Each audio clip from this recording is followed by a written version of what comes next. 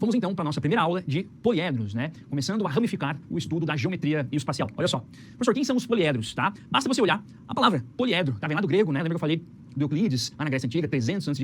Então toda a nossa geometria vai vir da Grécia Antiga e por isso que os nomes vêm do grego. Então, ó, poliedro quer dizer poli, várias, e edro quer dizer faces, certo? Então o conceito inicial de um poliedro seria um sólido que é formado por faces poligonais, ou seja, faces que são polígonos que você estudou na geometria plana, tudo bem? Então se você pega os objetos de estudo aí da geometria plana, que são os polígonos, e coloca vários deles ligados, você forma um poliedro, várias faces, tudo bem? Professor, quais são os principais elementos de um poliedro? Ó, eu tenho, obviamente, como eu disse, a nossa face, que são os polígonos, certo? Eu tenho também os tracinhos aqui, né? A conexão entre duas faces, que vão ser as arestas, e aqui vem um adendo, tá? Muita gente chama de lado, né? Mas quando a gente se refere ao poliedro, a figura tridimensional, aí são as arestas, tá? E quando a gente se refere ao lado da face, daí sim, lado, né? Lado do polígono, aresta do poliedro, tudo bem? Polígono, 2 dimensões, poliedro, 3 dimensões, né? Tridimensional. Fechou? E por último, eu tenho os vértices, né? O nosso vértice, que são esses pontinhos aí que unem as arestas, tá? Então essa aqui são os conceitos iniciais. Obviamente a gente vai formalizar um pouco melhor depois, mas a ideia de poliedro é várias faces, tranquilo? Vou então falar um pouco mais profundamente sobre eles, né? Nosso objeto de estudo aí da geometria espacial. Então aqui a definição formal, ó, é um sólido cuja superfície é composta por um número finito de faces, onde cada face é um polígono, tudo bem? Então, várias faces, poliedro, tranquilo, né? E aqui, ó,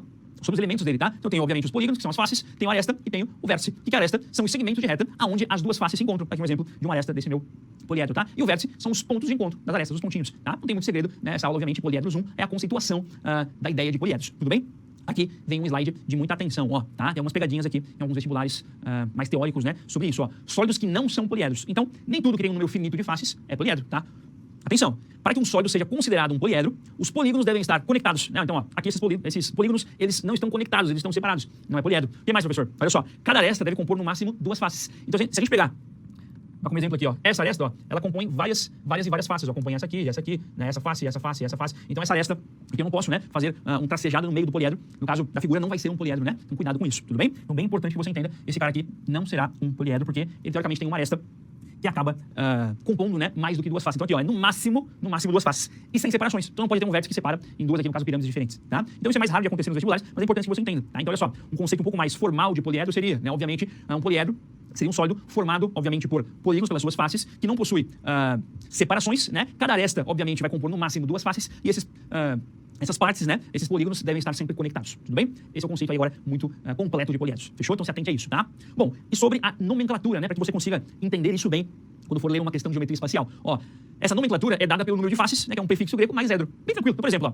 isso aqui tem 4 faces. A gente vai estudar ele com muito carinho. Então, 4 faces, tetraedro, né? Como aqui o Brasil, muita gente gosta de futebol, a maioria das pessoas aí, né? O Brasil é o país de futebol. É só você lembrar, tetra, quando o Brasil, né, era tetra, 4 taças aí da Copa do Mundo. Tetra campeão, tetra é 4, edro é faces, tá? Fechou? Ó, octaedro, né? O Brasil, 8 taças, octa, 8 edro, 8 faces, né? Então aqui seria um poliedro com 8 faces, 8 polígonos, né? Isso a gente vai estudar bastante também, que ele é bem importante. Aqui eu coloquei um com 12 faces, 12 é dodecaedro, tudo bem? Então esses prefixos, tetra, octa, dode, são prefixos gregos, e para que você se atente bem a eles, eu fiz uma tabelinha, tá? Obviamente, né?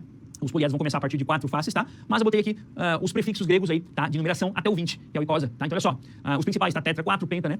Pentacampeão, 5 hexa, hexa são 6, hepta, 7, octa, 8, tá? Alguns que valem atenção aqui, né? O dodeca, né? Dodecaedro é 12 faces. Um muito importante também é esse aqui, o icosaedro, né? Que vai formar depois um poliedro de Platão, um assunto mais pra frente, mas o icosaedro também, o icosaedro 20 faces, tá? Vai ser um poliedro bem importante pra gente conversar, tudo bem? Então você pode aí anotar com calma e começar a olhar pra esses prefixos, pra que você se acostume com isso, que vai aparecer numa questão. Ah, dado um hexaedro, o que é hexaedro? 6 faces, tá? Um pentaedro, icosaedro, é importante conhecer bem esses prefixos, fechou? Beleza, então.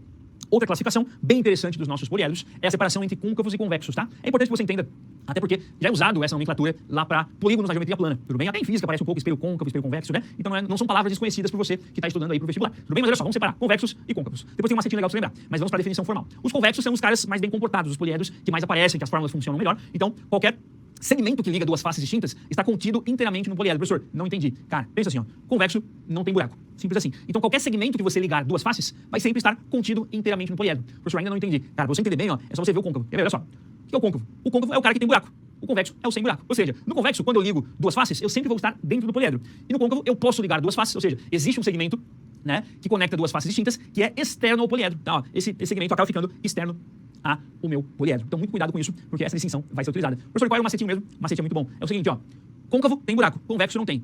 O côncavo tem buraco, por quê? Porque alguém cavou, né? Côncavo, alguém cavou um buraco nele. Macete é bom, né? Convexo sem buraco, côncavo com buraco, porque alguém cavou. Fechou? Os mais comuns, os mais bem comportados são os convexos. Obviamente vão aparecer muito mais do que os côncavos, mas o Enem já cobrou também questões com poliedros côncavos. Fechou? Beleza? Aqui um conceito um pouquinho mais detalhista, mas vale a pena a gente ter, para ter um curso bem completo, ó. O conceito de ângulo poliédrico, né? O que é o ângulo? Professor, ângulo eu só vi conceituado na geometria plana, mas tem também, dá para conceituar na geometria espacial.